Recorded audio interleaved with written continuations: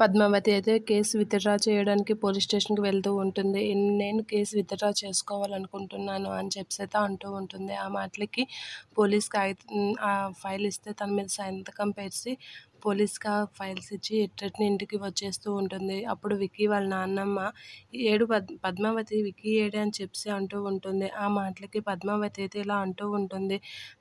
తను పనుందని బయటికి వెళ్ళాడు అని చెప్పేసి అంటూ ఉంటుంది. ఆ టైంలో విక్కీ చాలా కోపంగా లోపలికి వచ్చి పద్మావతి అని గట్టిగా పిలుస్తూ ఉంటాడు. ఆ మాటలకి అందరూ ఒకసారిగా షాక్ అవుతూ ఉంటారు. పద్మావతి అయితే అలా చూస్తూ ఉంటుంది.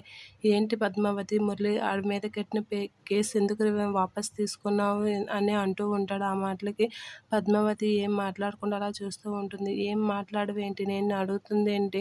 అని గట్టిగా అడుగుతూ ఉంటాడు. నువ్వెందుకు కేసు విత్‌డ్రా చేసావు అని చెప్పేసి అడుగుతూ ఉంటాడు. ఆ మాటలకి సారు మీకు అని చెప్పేసి అంటూ ఏదో చెప్పబోతూ ఉంటే ఇలా పద్మావతి మీదకి ఒకసారిగా విక్కీ కొడుతూ ఉంటాడు. ఏంటి ఇది ఒకసారిగా ఇలా రియాక్ట్ అయ్యాడని దివ్య కూడా షాక్ అవుతూ ఉంటుంది.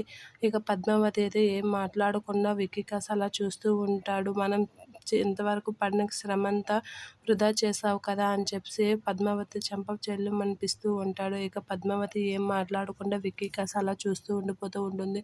ఎవరు ఏం మాట్లాడకుండా అలా విక్కీ కాస్త చూస్తూ ఉండిపోతూ ఉంటారు.